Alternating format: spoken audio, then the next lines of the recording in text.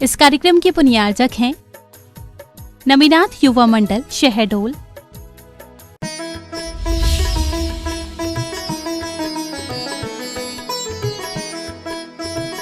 आचार्य श्री का जीवन संघर्ष की कहानियों से भरा हुआ है। समय समय पर उन्होंने आत्म साधना में होने वाली परीक्षाओं में दृढ़ता का परिचय भी दिया। कहाँ कुंडलपुर, कहाँ राजस्थान का जयपुर महानगर, जयपुर की गर्मी, अस्वस्थता का बढ़ जाना, इसके बावजूद भी संकल्प बल उनका साथ देता रहा। परिणाम ये निकल गया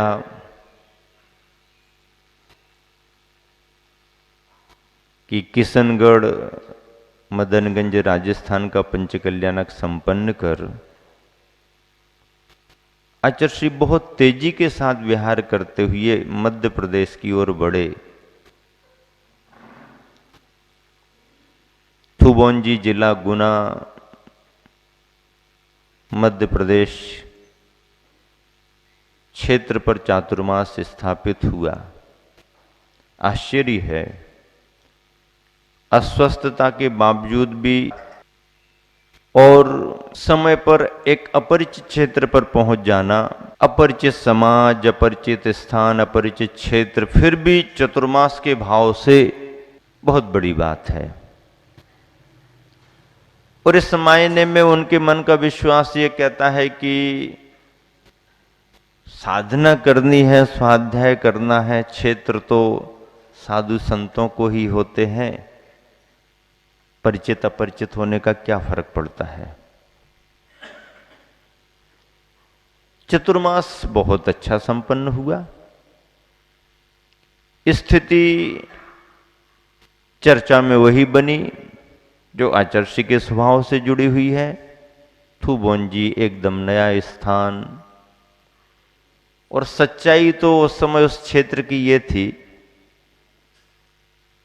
कि धर्मशाला के नाम पर एक छोटी जगह केवल सामान्य यात्रियों के आने जाने और रुकने के हिसाब से जो छोटे छोटे पुराने कमरे थे, उतना ही स्थान था। संघ को रुकने के लिए तो न कोई धर्मशाला थी और न कोई संत भवन था। संत ही नहीं आते तो भवन कहां से बनेगा। चतुर्मास के लिए संघ आ गया, समाज में खुशियां छा गई। आचार्य श्री के नाम से सभी परिचित थे, लेकिन अब तुरंत में कोई ऐसी व्यवस्था तो बनती नहीं है। तुरंत में ऐसी कोई व्यवस्था बनती नहीं है। इसलिए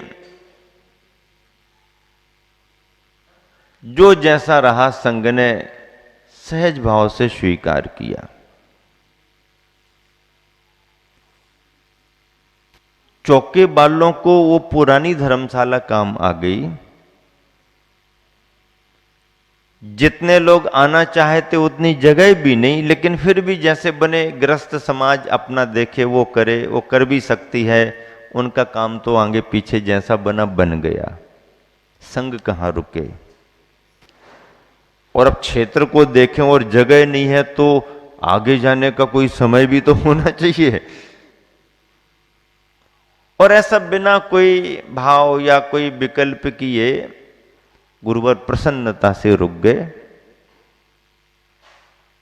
20-25 मंदिरों का क्षेत्र है, पर मंदिरों की वहां स्थिति अलग है। आप कभी गए होंगे, वंदना की होगी तो आपको मालूम हुआ होगा कि लगभग वहां के सभी मंदिरों में खड़गासन प्रतिमाएं हैं।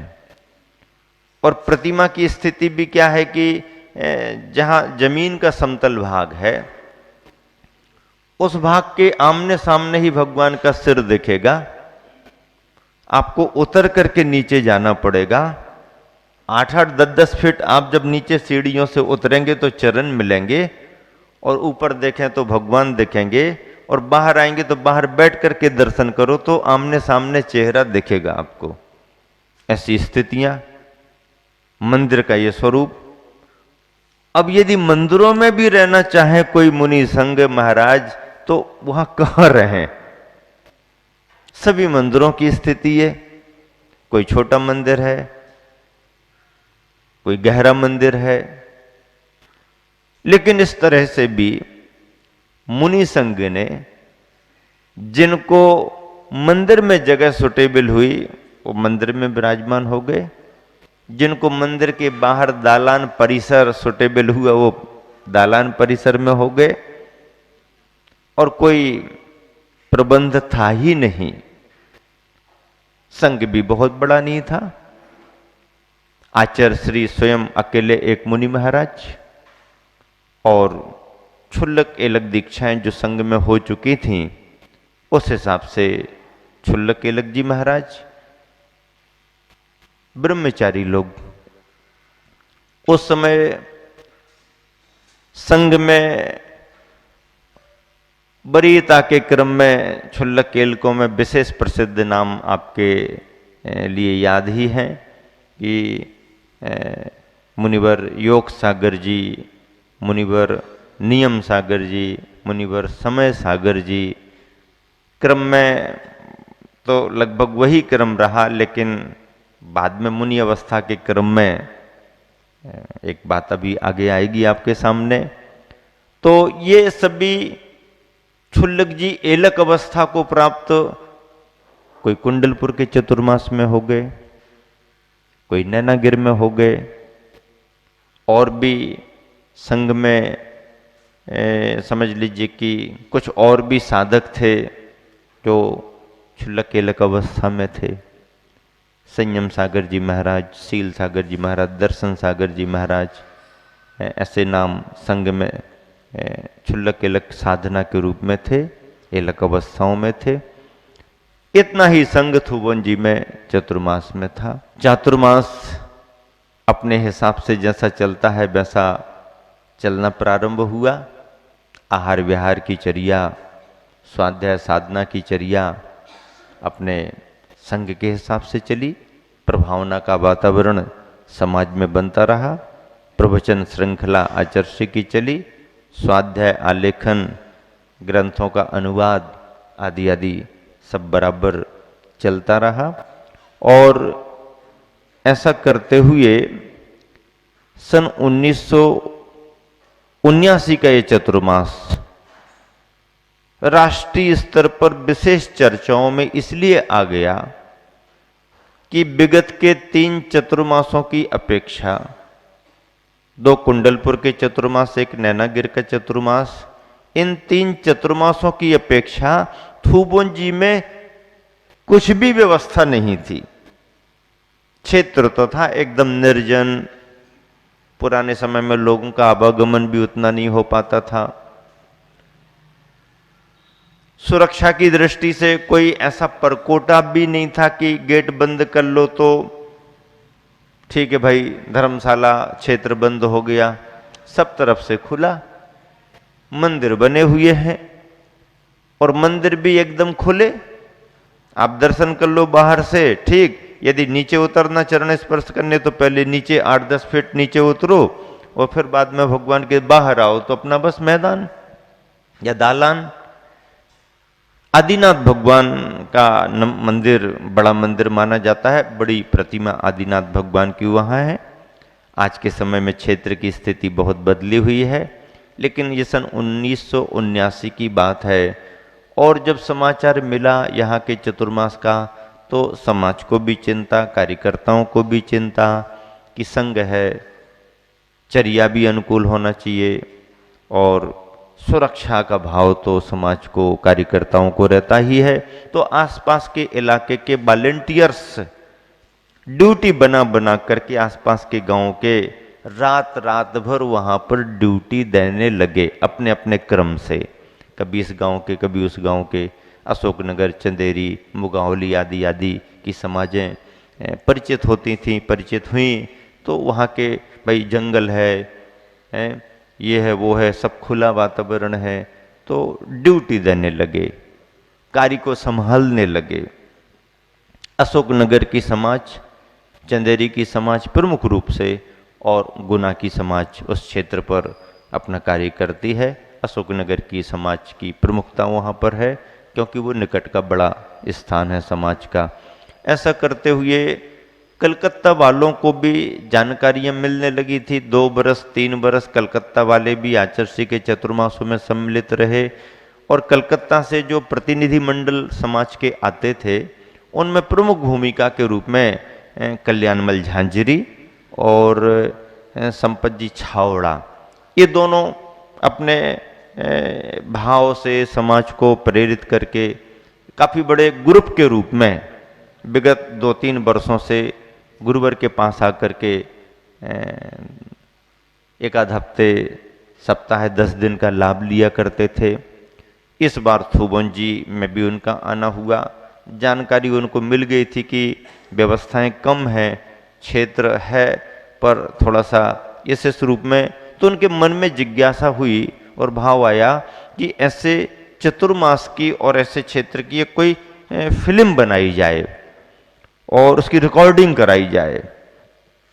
उस तैयारी से वो आए और वाकई में उन्होंने आचार्य श्री की चर्या की, जंगल जा रहे हैं तो किस तरफ कैसे जा रहे हैं, आकर के स्वाध्याय कर रहे हैं तो कैसा कर रहे हैं, आहार चर्या को निकल रहे हैं तो आचार्य श्री की अपनी मुद्रा और समाज का पड़गाहन करने का दृश्य भाव, प्रवचनों की सभा और जंगली वातावरण, रात में कैसे लोग ड्यूटी देते हैं, कहाँ कहाँ कैसे मतलब ध्यान रखते हैं, ये सारे 24 घंटे की उन्होंने रिकॉर्डिंग कराई और उस समय की एक छोटी सी फिल्म का वीडियो बना करके एक रूप दिया। इस भाव से, इस प्रेरणा से कि ये सभी को देखने में आना चाहिए कि संघ इस तरह से भी चर्या कर सकता है और आचार्य श्री के जीवन साधना में ऐसा जुड़ा हुआ है, और उसे उन्होंने जगह जगह दिखाया। उसका परिचय पाकर के दूर दराज के लोग और स्वयं आ करके देखने लगे। निरंतर ये क्रम समाज के जुड़ने का बढ़ता गया। चतुर्मास संपन्न हुआ। कमेटी को, क्षेत्र वालों को आशीर्वाद देकर के, समाज को आशीर्वाद देकर के आचार्य श्री बिना किसी तिथि, बिना किसी तैयारी, बिना किसी सूचना के अपना जैसा उनका स्वभाव है और विहार कर दिया।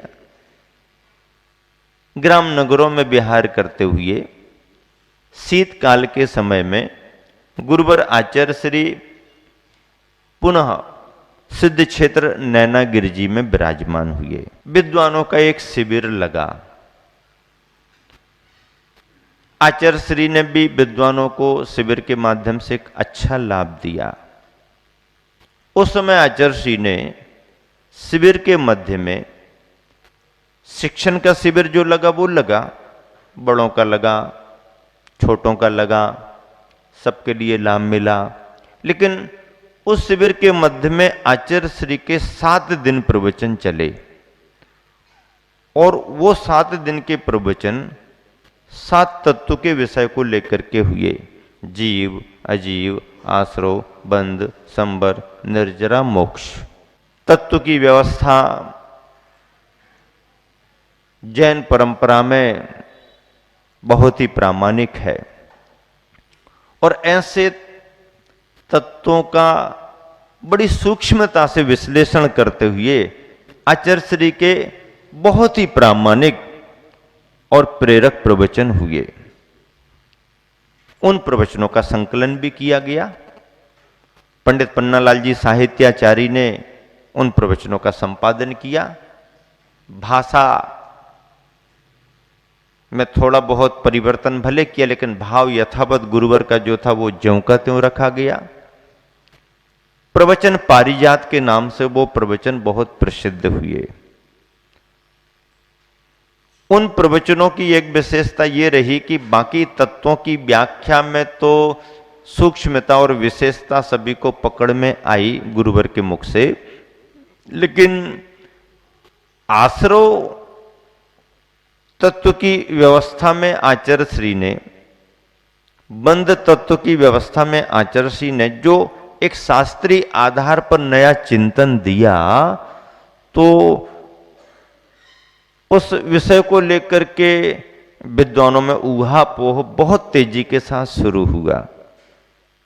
और विषय को भी मैं थोड़ा सा टच करना चाहता हूं, क्योंकि ये समझ लीजिए कि दुर्लभतम बातें, दुर्लभतम विषय ख्याल में नहीं आते हैं और लोगों की जानकारी में सहज मिलते भी नहीं हैं। आचार्य श्री ने अपने प्रवचनों में एक विषय दिया था जो बहुत सैद्धांतिक है, विद्वानों के योग्य है, आमजन उसको जल्दी समझ नहीं पाते हैं। प्राइमरी मिडिल क्लास का कोई कोर्स नहीं है, ये तो कॉलेज का कोर्स, और कॉलेज क्या, ये तो कॉलेज के आगे के नॉलेज में, ये तो रिसर्च पीएचडी जैसा विषय था, और जिसको आचार्य श्री ने अपने प्रवचन में हाईलाइट किया।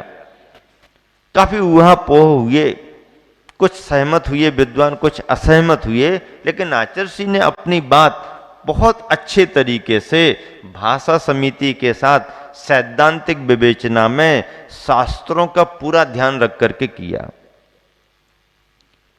बंध की व्यवस्था बतलाते हुए गुरुवर ने कहा कि आश्रव और बंध के क्षेत्र में कसाय और योग की भूमिका ही प्रमुख होती है। मिथ्यात्व तो कसाय का सहयोगी पार्ट है। स्वतंत्र रूप से मिथ्यात्व अपना कोई प्रभाव नहीं डाल पाता है जब तक कि उसके साथ कसाय ना हो। कसाय का अंश ही मिथ्यात्व के लिए आश्रय और बंध में कारण बन सकता है। इसके बिना उसकी कोई भूमिका नहीं है, और कोई भूमिका नहीं है इस बात को स्पष्ट करने को एक न्याय का शब्द अकिंचित कर शब्द आता है, और आचार्य ने उस अकिंचित कर शब्द का प्रयोग वहां किया। विषय क्या बना कि आश्रव और बंध की व्यवस्था में मिथ्या तो अकिंचित कर है। अकिंचित कर है का मतलब है कर्म के आश्रव और बंध में मिथ्यात्व की डायरेक्ट कोई भूमिका नहीं है। अब मिथ्यात्व की डायरेक्ट कोई भूमिका नहीं है, ऐसा सुनकर के विद्वानों को लगा कि मिथ्यात्व की भूमिका नहीं है तो फिर मिथ्यात्व का कोई महत्व नहीं, जबकि मोक्ष मार्ग की चर्चा में तो मिथ्यात्व से ही शुरू करते हैं और मिथ्यात्व को छुड़वाने की बात करते हैं, और मिथ्यात्व को गौण कर देंगे, उसका कोई महत्व नहीं बतलाएंगे, तो फिर तो मोक्ष मार्ग ही ना बदल जाए। आचार्य श्री का कहना ऐसा नहीं था कि मिथ्यात्व की कोई भूमिका नहीं है, मिथ्यात्व का पोषण करना चाहिए, या मिथ्यात्व हानिकारक नहीं है, ऐसा गुरुवर का कहना कतई नहीं था, पहले भी नहीं था, आज भी नहीं है। लेकिन पहली बार यदि किसी ने सुना तो उसको तो लगेगा मैं विद्वान चोटी का जीवन भर उपदेश करता रहा, जीवन भर शास्त्रों को पढ़ा, सभी को समझाया, लेकिन आचार्य श्री क्या बोल रहे हैं?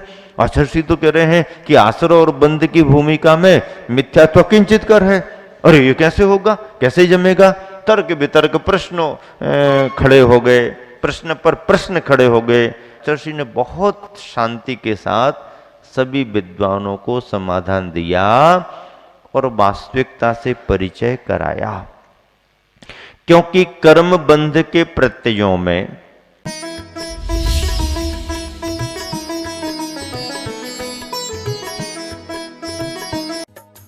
इस कार्यक्रम के पुण्यार्जक थे नमिनाथ युवा मंडल, शहडोल,